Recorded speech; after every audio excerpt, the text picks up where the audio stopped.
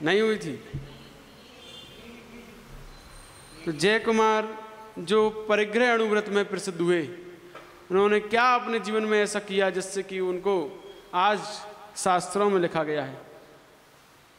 कुरुजांगल देश के हस्तिनापुर नगर में कुरुवंशी राजा सोमप्रभ रहते थे। उनके जय कुमार नाम का पुत्र था। वह जय कुमार परिग्रह प्रमाण व्रत का धारी था तथा अपनी स्त्री सुलोचना से संबंध रखता था, उससे ही संबंध रखता था, अन्य किसी से नहीं। एक समय पूर्व विद्याधर के भवों की कथा के बाद जिन्हें अपने पूर्वों का ज्ञान हो गया था, ऐसे जय कुमार और सुलोचना हिरण्यधर्मा और प्रभावती नामक विद्याधर युगल का रूप रखकर मेरु आदि पर वंदना भक्ति करके कैलाश पर्वत पर भरत चक्रवर्ती के द्वारा प्रतिष्ठापित 24 जिनालयों की वंदना करने के लिए आए। उसी अवसर पर सौदरमंद स्वर्ग में जय कुमार के परिग्रह प्रमाणव्रत की प्रशंसा की। उसकी परीक्षा करने के लिए रति प्रभ नाम का देव आया। उसने स्त्री का रूप रख 4 स्त्रियों के साथ जय कुमार के समीप जाकर कहा कि सुलोचना के स्वयंवर के समय जिसने तुम्हारे साथ युद्ध किया था, उस नमी विद्याधर राजा की रानी को, जो कि अत्यंत रूपवती, नव यौवनवती, समस्त विद्याओं धारण करने वाली और उससे विरक्त चित्त है, स्वीकृत करो। यदि उसका राज्य और अपना जीवन चाहते हो तो। यह सुनकर जय कुमार ने कहा कि हे सुंदरी, ऐसा मत कहो, पर स्त्री मेरे लिए माता के समान है।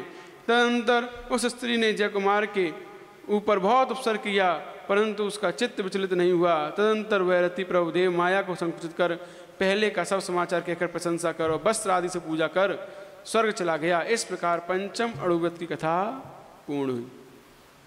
तो ऐसा परिग्रह प्रमाणव्रत उसने बनाया था कि मैं अपनी स्त्री के सिवा किसी और स्त्री को स्वीकार नहीं करूंगा। तो ये परिग्रह प्रमाणव्रत में उसका नाम आया है। तो उसके लिए कौन था जय कुमार? भरत चक्रवर्ती का सेनापति जय कुमार, उसकी बात है ये। उसकी पत्नी सुलोचना, जो स्वयंवर हुआ था उसका सुलोचना से तब युद्ध हुआ था बहुत। जो अन्य राजा लोग थे उन्होंने कहा कि हम राजा लोगों के होते हुए सेनापति को इसने माला पहनाई है स्वयंवर में। तो राजाओं ने, भरत चक्रवर्ती के पुत्र ने, सबने इस जय कुमार से युद्ध किया था। लेकिन कहाँ सेनापति चक्रवर्ती का और कहाँ सामान्य राजा, क्या लगते हैं? वो रत्न है जय कुमार। तो इसीलिए उसने सबको हराकर फिर सुलोचना से स्वयंवर रचा था। तो इस प्रकार उसने जिस पत्नी से शादी की, उसके जिंदगी भर उसने कहा कि बाकी जितनी भी स्त्रियां मेरे लिए सब माता के समान हैं। ऐसा परिग्रह प्रमाणव्रत उसने बनाया था। तो उसकी प्रशंसा देवों में हुई थी, स्वर्गों में। वहाँ से एक देव को सहन नहीं हुई इसकी प्रशंसा। सौदामिंद्र की सभा में जो प्रशंसा चल रही थी कि धरती पर कौन है जिसका परिग्रह प्रमाणव्रत बढ़िया है, श्रेष्ठ है, उत्तम है, जय कुमार का नाम लिया गया था। तो एक देव परीक्षा करने के लिए आ गया, क्योंकि इनको सहन कहाँ होती है किसी की प्रशंसा। तो आ गया, उसने परीक्षा ली। उसने उसी राजा की पत्नी का रूप बनाया जिस राजा से उसकी लड़ाई हुई थी। तो नमी राजा, नमी और बिनमी 2 थे विद्याधर की श्रेणियों के राजा। तो नमी राजा की रानी का रूप बनाकर और उसके साथ उसकी सखियों को लेकर आया वो, और कहा उसने जाकर उससे कि मैं अपने राजा नमी से विरक्त हूँ, मुझे उसमें कोई आनंद नहीं आता है, आपके साथ हम रहना चाहते हैं, आदि आदि उसके साथ बातें की। और उससे कहा तो जयकुमार ने कहा कि हे सुंदरी, मेरे लिए परस्त्री माता के समान है, मैं आपके ऊपर आसक्त नहीं हो सकता। उसने मना कर दिया क्लियर।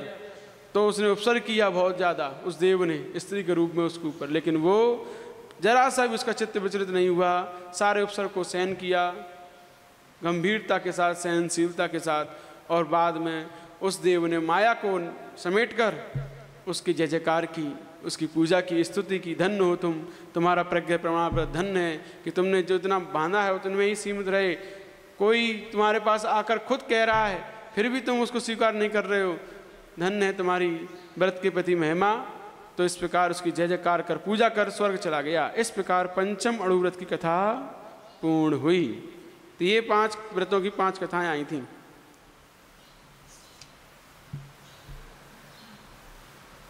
अब इसके बाद 5 व्रतों में प्रत्येक का फल कहकर अब हिंसा आदि अव्रतों का दोष दिखलाते हैं।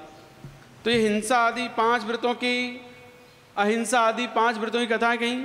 अब इसके बाद इसके उल्टे अव्रत, हिंसा आदि, इसका फल बता रहे हैं कि इसके फल से क्या क्या किन लोगों को क्या क्या प्राप्त हुआ है, कौन कौन लोग इन अव्रतों का पालन करके क्यों कौन कौन सी दशा को प्राप्त हुए, वो अब यहाँ पर इस अगली गाथा में कह रहे हैं। 19 नंबर गाथा।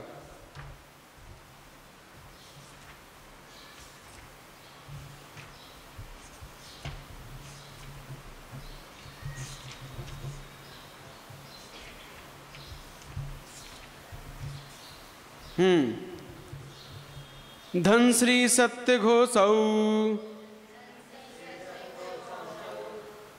धन श्री सत्य घोषौ च तापसारक्ष कावपि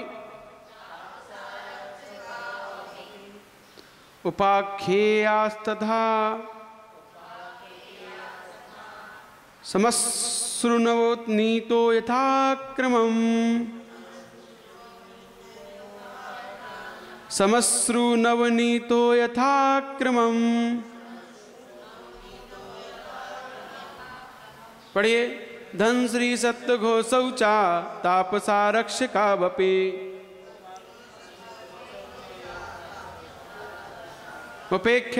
उपेख्यास्तथा समश्रु नवनीतो यथाक्रमम्, उपाख्येयास्तथा समश्रु नवनीतो यथाक्रमम्।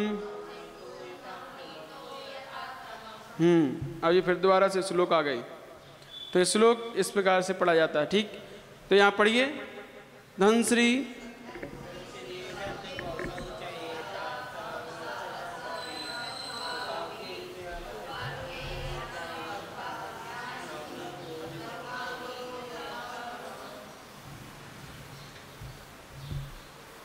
तो यहाँ अभी हमने इन भलाइयों को धारण करने वाले लोग सुने थे, जिन्होंने 5 अड़ुव्रतों धारण करके अपने जीवन में उनकी महिमा को प्राप्त किया। अब यहाँ कह रहे हैं अच्छाइयों को, भलाइयों को अपनाने वाले जीव इस दुनिया में अनेकों हो गए हैं और अनेक लोग अभी भी मौजूद हैं, किंतु समझते हुए भी बुराइयों को नहीं छोड़ने वाले, अपितु सहज रूप से ही उन्हें करते चले जाने वाले लोगों की दुनिया में कमी नहीं है। प्रत्युत खुद तो बुराई करते ही हैं तथा अन्य के लिए भी दृष्टांत रूप बन जाते हैं। ऐसे कुछ लोगों के नाम अब कहे जा रहे हैं। कौन से लोग दृष्टांत रूप से बन गए? तो पहला धनश्री, दूसरा सत्यघोष। धनश्री हिंसा में प्रसिद्ध हुई, हिंसा व्रत में। सत्यघोष, नाम सत्यघोष है, प्रसिद्ध किसमें हुआ? झूठ में। ताप, तपस्वी, किसमें प्रसिद्ध हुआ? अचौर्याणुव्रत, वो चोरी में। और रक्षक, कोतवाल, किसमें? अब्रह्म में। और समश्रु, नवनीत, ये परिग्रह, पाप में। इस प्रकार इन 5 पापों में क्रम से हिंसा आदि 5 पापों में उपाख्यान करने के योग्य अर्थात दृष्टांत देने के योग्य ये 5 लोग हुए। तो धनश्री नाम की सेठानी हिंसा में, सत्यघोष श्री भूति पुरोहित, श्री भूति पुरोहित था, इसका नाम सत्यघोष भी था, ये झूठ बोलने में। अप्सर नामक तपस्वी, ये चोरी करने में। यमदंड नामक कोतवाल, अब्रह्म के सेवन में। समश्रु नवनीत, लुब्धदत्त नामक वैश्य, ये परिग्रह के पाप को लेकर क्रम क्रम से सब लोग प्रसिद्ध हुए हैं। तो इस प्रकार यहाँ कहा जा रहा है कि ये क्रम से 5 लोग हिंसा आदि 5 पाप करने में विशेष प्रख्यात हो गए हैं। इनसे संबंधित कथाएं हमारे प्राचीन साहित्य में उल्लिखित हैं। पाठकगण अब इन कथाओं के बारे में समझना है और इन कथाओं को समझकर बुराइयों से हमेशा दूर रहने की कोशिश करें। साथ में मांस, मद, मधु, इनके सेवन का भी त्याग करें, तभी गृहस्थ जीवन सार्थक बन सकता है।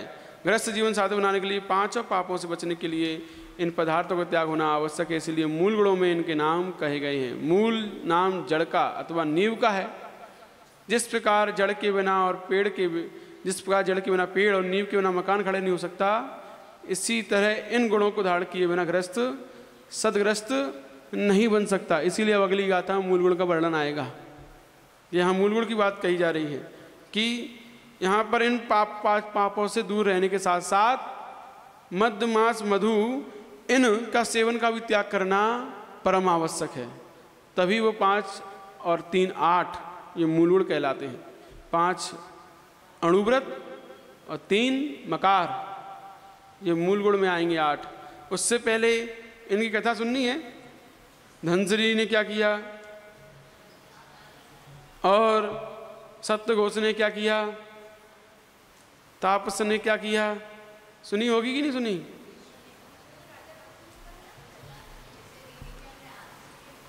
धनश्री की कथा सुनिए। धनश्री ने कौन कौन से पाप की, जिससे कि हिंसा नामक पाप में सबसे ज़्यादा प्रसिद्ध हुई। लाट देश के ब्रहुकच्छ नगर में राजा लोकपाल रहता था। वहीं एक धलपान नाम का सेठ रहता था। उसकी स्त्री का नाम धनश्री था। धनश्री जीव हिंसा से कुछ व्रत नहीं थी। वह जीव हिंसा को त्यागती नहीं थी, छोड़ती नहीं थी, निरंतर जीव हिंसा में तत्पर रहती थी। उसकी सुंदरी नामक की पुत्री गुणपाल नाम का पुत्र था। जब धनश्री के पुत्र नहीं हुआ था तब उसने कुंडल नामक बालक का पुत्र वृद्धि से पालन पोषण किया। समय पाकर जब धनपाल की मृत्यु हो गई तब धनश्री उस कुंडल के साथ कुकर्म करने लगी। इधर धनश्री का पुत्र गुणपाल जब गुण को और दोषों को जानने लगा तब उससे संकेत होकर धनश्री ने कुंडल से कहा कि नीचे का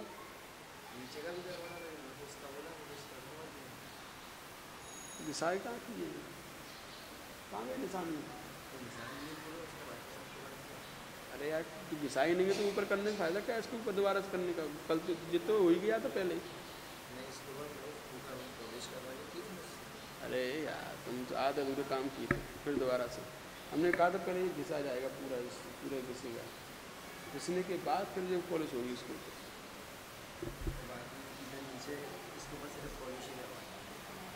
इसके ऊपर तो हो गई है पॉलिश है, उसके ऊपर नहीं कराना कुछ भी है।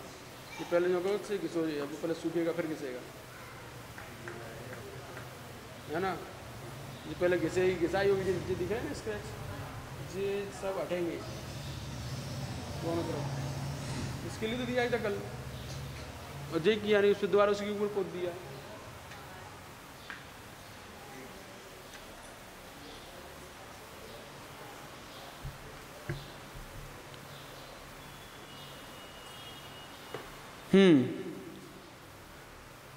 तो यहाँ जब उसने एक बच्चे को पालन पोषण किया था, अब वो जब बड़ा हो गया, क्योंकि वो उसका नहीं था, तब उसके पति की जब मृत्यु हो गई धनपाल की, तो धनश्री उस कुंडल के साथ कुकर्म करने लगी। इधर धनश्री का पुत्र गुणपाल जब गुण और दोषों को जानने लगा, जब बड़ा हुआ, समझने लगा कि ये मेरी माँ किस प्रकार, जो उसका सगा बेटा था, वो समझने लगा कि ये मेरे बड़े भाई के साथ किस प्रकार के कार्य करती है, तो वो समझने लगा, गुण दोषों जानने लगा। तब उससे संकित होकर धनश्री ने कुंडल से कहा कि मैं गोखर में गाय चराने के लिए गुणपाल को भेजूंगी, सो तुम उसके पीछे लगकर उसे वहाँ मार डालो, जिससे हम दोनों स्वच्छंद रहना हो जाएगा। हम दोनों स्वच्छंद रहकर सारी क्रियाएं कर सकते हैं, हमें कोई रोक टोक नहीं करेगा।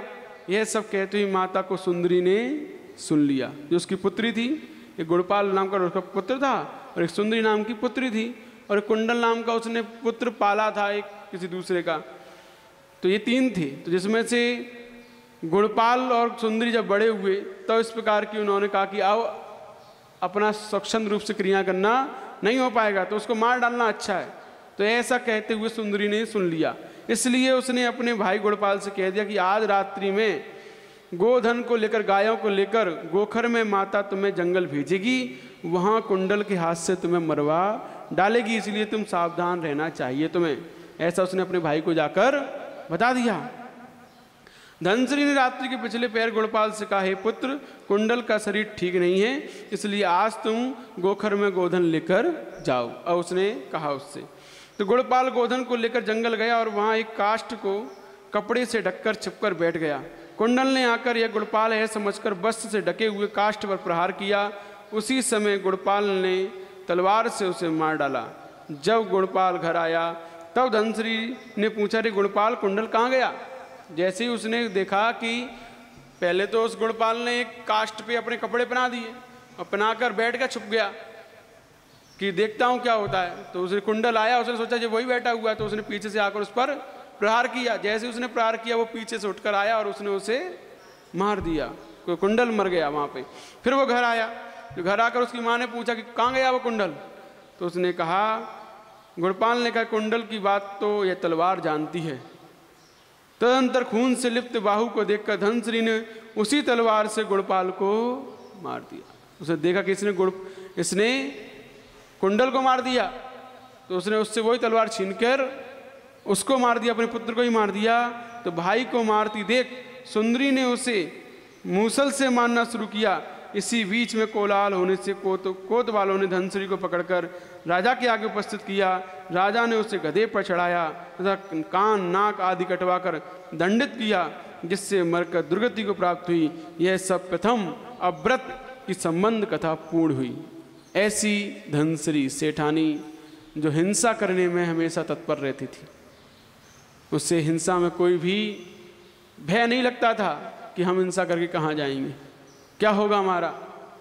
उसने अपने पुत्र को ही मरवा डालने के लिए, जिससे कि वो सक्षम होकर भोग सके, उसके लिए उसने अपने पुत्र को ही मरवा डाल दिया। ऐसा आजकल बहुत होता है। तो इस प्रकार ये सब हिंसक लोग हैं। ये तो एक उदाहरण है पहला धनश्री का, ऐसे तो बहुत हैं, लेकिन ये दृष्टांत के रूप में बताया गया है कि कैसे वो कितनी क्रूर थी हिंसा में कि अपने पुत्र को भी नहीं छोड़ा, अपने पुत्र को ही मरवा दिया, खुद अपने हाथ से मार दिया। पहले मरवाया, नहीं मरा तो अपने हाथ से ही मार दिया।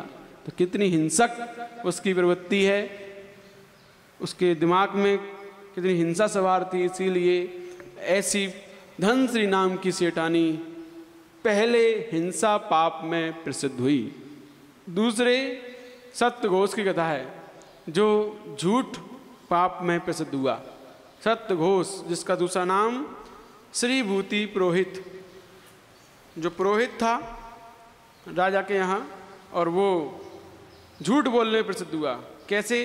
तो जम्बूद्वीप के भरत क्षेत्र संबंधी सिंहपुर नगर में राजा सिंहसेन रहता था। उसकी रानी का नाम रामदत्ता था। उसी राजा के एक श्रीभूति नाम का पुरोहित था। वह जनेऊ में कैंची बांधकर घूमा करता था। जनेऊ में कैंची बांधकर घूमता था वो पुरोहित श्रीभूति नाम का। और वह कहता था कि यदि मैं असत्य बोलूं तो इस कैंची से अपनी जिह्वा का छेद कर लूं। अपने आप को इतना सत्यघोष ही बताता था, यदि मैं झूठ बोलूं तो तुरंत इस कैंची से अपनी जिह्वा को काट दूंगा। इसीलिए वो कैंची लेके घूमता था और कहता रहता था सबसे। इस तरह कपट से रहते हुए उस पुरोहित का सत्यघोष यह दूसरा नाम चल पड़ा। लोग विश्वास को प्राप्त होकर उसके पास अपना धन रखने लगे। वह उस धन से कुछ तो रखने वालों को दे देता था और बाकी स्वयं ग्रहण कर लेता था, और कहता था कि मैं अगर झूठ बोलूं तो जिब्बा कैंची से काट लूं। तो उसकी बात वो विश्वास कर लिया जाता था और लोगों का धन वो हड़प लेता था। कुछ दे देता था बाद में और कुछ अपने लिए रख लेता था। तो लोग रोने से डरते थे, और कोई रोता भी था तो राजा उसकी सुनता भी नहीं था। तदंतर एक समय पद्मखंड नगर से एक समुद्रदत्त नाम का सेठ आया। वह वहाँ सत्यघोष के पास अपने 5 बहुमूल्य रत्न रखकर धन उपार्जित करने के लिए दूसरे गांव चला गया, दूसरे विदेश चला गया। तो उसने कहा कि ये सत्यघोष ईमानदार व्यक्ति है, इसका प्रसिद्धि है, ये सत्यघोष झूठ नहीं बोलता है। ऐसे लोग के पास अपन विदेश जा रहे हैं, 5 बहुमूल्य रत्न रख जाओ, क्या पता घर में चोरी हो जाए, कुछ हो जाए, इसलिए इसके पास रख जाए, आके ले लेंगे। तो वो रख गया और वो विदेश चला गया। तो जब वहाँ धर्मोपार्जन करके जब वो लौट रहा था तब उसका जहाज़ फट गया रास्ते में समुद्र में। तो जहाज़ फट जाने से उसका सारा धन पैसा सब बह गया पानी में, सब निकल गया समुद्र में ही। तो काट के एक पहिए से वह समुद्र को पार कर पार कर रखे हुए मड़ियों को प्राप्त करने की इच्छा से सिंहपुर में सत्यघोष के पास आया। जब उसने देखा कि अपना सारा धन जो अपन ने कमाया था सब बह गया, समुद्र में डूब गया, अब क्या करें, अपने पास कुछ नहीं बचा। तो उसे ध्यान आया कि मैंने वो 5 रत्न उसके पास रखे थे, वो उनको लेकर अपनी आजीविका को चलाऊंगा। तो ऐसा सोचकर वो वहाँ आया सत्यघोष के पास। तो रंक के सामने आते हुए उसे देखकर उसके मड़ियों को हरने के इच्छुक सत्यघोष ने विश्वास की पूर्ति के लिए समीप बैठे हुए लोगों से कहा, यह पुरुष जहाज फट जाने से पागल हो गया है और यहाँ आकर मणि मांगेगा।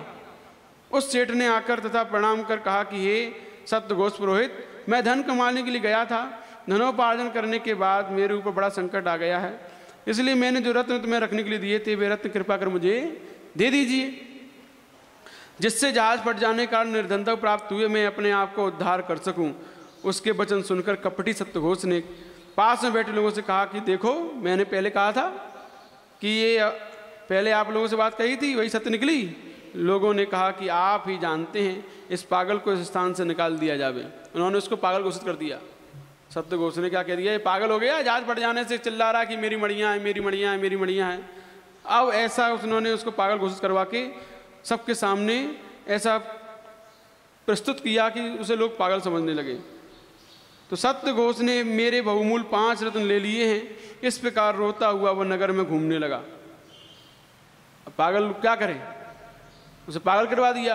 अब वो रो रहा है, कमजोर व्यक्ति है, निर्धन है, अब क्या करे, रोते हुए सब जगह चिल्लाता रहा कि सत्यघोष ने मेरे 5 बहुमूल्य रत्न ले लिए हैं, सत्यघोष ने मेरे 5 बहुमूल्य रत्न। इस प्रकार रोता हुआ नगर में घूमने लगा और राजभवन के पास एक इमली के वृक्ष पर चढ़कर वो पिछली रात में रोता हुआ यही कहता था।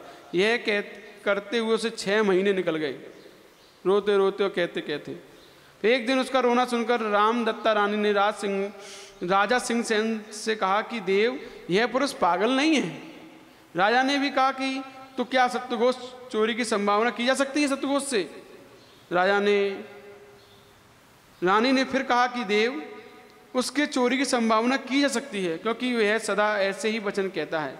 यह सुनकर राजा ने कहा कि यदि सत्यघोष से की चोरी की संभावना है तो तुम परीक्षा करो और देख लो।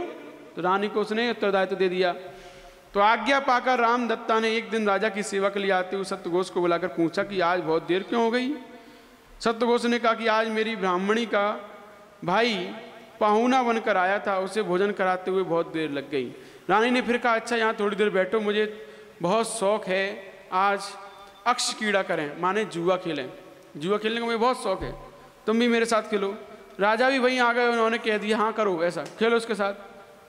तदंतर जब जुआ खेल होने लगा तब रामदत्ता रानी ने निपुणमती नाम की स्त्री से उसके कान में लगकर कहा कि तुम सत्यघोष पुरोहित रानी के पास बैठे हैं और उन्होंने मुझे पागल के रत्न मंगाने के लिए भेजा है।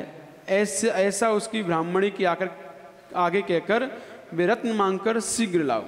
तो क्या कहा रानी ने, अपनी दासी से कहा कि उसके पत्नी के पास जाओ सत्यघोष की, और उससे कहना कि तुम्हारा पति सत्यघोष रानी के पास बैठा हुआ है और वहाँ जुआ खेल रहा है और वो हार गया है, इसीलिए अपने वो बहुमूल्य रत्न मंगा रहा है, तो वो लाकर उनको वहाँ देने हैं, वहाँ मंगाए हैं उस सत्यघोष ने। इस प्रकार जाकर उस ब्राह्मणी से कहो। तो ऐसा वो जब वो गई निपुणमती, तदंतर निपुणमती ने जाकर वे रत्न मांगे, परंतु ब्राह्मणी ने नहीं दिए, क्योंकि सत्यघोष ने उसे पहले ही मना कर रखा था किसी के मांगने पर रत्न नहीं देना। निपुणमती ने आकर रानी से कहा, कान में कहा कि वह नहीं देती है। तदंतर रानी ने पुरोहित की अंगूठी जीत ली, उसे पहचान के रूप में देकर निपुणमती को फिर से भेजा कि लो अब अंगूठी ले जाओ, उसकी जीत ली। और कहा कि अंगूठी दिखाकर कहना कि देखो मैं सत्यघोष की कहने के पर ही आई हूँ, उसके अनुसार ही चल रही हूँ, तुम्हें लग रहा है कि मैं झूठ बोल रही हूँ, देख लो उसकी अंगूठी उसने भेजी है। तो जब अब की बार रानी ने पुरोहित का कैंची सहित जनेऊ जीत लिया। निपुणमती ने उसे पहचान के रूप में दिया और दिखाया। उसे देख कर ब्राह्मणी आश्वस्त हुई तथा नहीं देती हूँ तो पुरोहित कुपित होंगे, इस तरह भयभीत भी हुई। अतः उसने वे मणि निपुणमती को दे दिए और निपुणमती ने रामदत्ता को सौंप दिए। रामदत्ता ने राजा को दिखाई। राजा ने उन रत्नों को बहुत से रत्नों में मिलाकर उस पागल से कहा कि अपने रत्न पहचान कर उठा ले। उसने उसी प्रकार जब अपने रत्न उठा लिए, तब राजा और रानी ने उस वणिक पुत्र सेठ स्वीकृत किया, अर्थात यह मान लिया यह पागल नहीं है, वणिक पुत्र है, जौहरी है, जिसे अपने रत्नों की पहचान है। तदनंतर राजा ने सप्तघोष से पूछा, तुमने यह कार्य किया है? उसने कहा कि देव, मैं यह काम नहीं करता हूँ, मुझे ऐसा करना युक्त है क्या? तदनंतर अत्यंत कुपित हुए राजा ने उसके लिए 3 दंड निर्धारित किए। कौन कौन से? झूठ बोल रहा है वो। उन्होंने कहा 3 थाली गोबर खाओ। जब उसने कहा कि तुम्हारा झूठ पकड़ा गया है, अब तुम्हें दंड दिया जाता है, क्योंकि तुम्हें सत्य साबित हो गया है कि ये इसके रत्न थे, तुमने चुराए थे, तुम्हारे यहाँ से निकले हैं और ये इसने पहचान लिए हैं। जब उसका झूठ पकड़ा गया, तब राजा ने उसे 3 दंड दिए। पहला, अब बताओ क्या चाहिए तुम्हें इन 3 में से? 3 थाली गोबर खाओगे, दूसरा पहलवानों के 3 मुख्य खाओगे, अथवा समस्त धन दोगे अपना। क्या चाहिए तुम्हें? क्या करोगे 3 में से? तो उसने विचार कर कहा कि सबसे पहले गोबर खाऊंगा, गोबर खा के बच जाऊंगा, मुक्के तो नहीं खाने पड़ेंगे, धन तो नहीं देना पड़ेगा अपना, गोबर खा लूंगा 3 थाली। तो ठीक है भाई, गोबर खाओ। तो जब उसने पहली थाली खाना प्रारंभ की, उस पर खवा नहीं, जैसे तैसे उसने पहली थाली खाई, दूसरी थाली के लिए आया, दूसरी थाली फिर आ गई। अब वो कैसे खाए? तो उसने कहा कि अरे रहने दो, मैं गोबर नहीं खा पाऊंगा, 3 मुक्के खा लूंगा। तो जब उस पर गोबर खाने में असमर्थ रहा, तब उसने कहा कि मैं मुक्के खा लूंगा। तब पहलवानों ने मुक्के सेवन करना शुरू किया, पर जब पहला मुक्का पड़ा तो पहले मुक्के में उसकी हवा खराब हो गई। अरे इतना भारी मुक्का पहलवान का। तो उसने कहा रहने दो, मैं मुक्का नहीं, मैं धन दे दूंगा। तो पर जब उससे भी असमर्थ रहा तो सब धन देना प्रारंभ किया। इस प्रकार 3 दंडों को भोग कर वह मरा और तीव्र लोभ के कारण राजा के खजाने में अंगधन जाति का सांप हुआ। वहां भी मरकर दीर्घ संसारी हुआ। इस प्रकार द्वितीय अव्रत की कथा पूर्ण हुई। तो इस प्रकार उसने झूठ बोलकर अपने जीवन में कितना सारा पाप कमाया, दूसरों को ठगा, सत्यघोष नाम रखकर झूठ बोला, महा झूठा रहा, नाम सत्यघोष रखा और दूसरों के धन को हड़पता रहा। लास्ट में उसकी क्या सी दुर्गति हुई? गोबर खाना पड़ा, मुक्के खाने पड़े, फिर धन देना पड़ा अपना सारा। उसके कारण से वह दुखी होकर मरा। तो राजा के यहाँ सांप बना उसमें भंडार में, तो सांप को पकड़ के मारा गया, फिर वहाँ से जाकर नरक में गया। तो इस प्रकार उसकी कितनी सारी दुर्गतियों से उसे गुजरना पड़ा। तो ऐसा झूठ कभी नहीं बोलना चाहिए, जिस झूठ के कारण हमें इतने सारे पाप भोगने पड़ते हैं। इसीलिए कहा है ना, झूठ बोलना पाप है। तुम्हारे घर में तो सांप बनना पड़ता है झूठ बोलने वालों को, इसीलिए कभी भी झूठ नहीं बोलना चाहिए।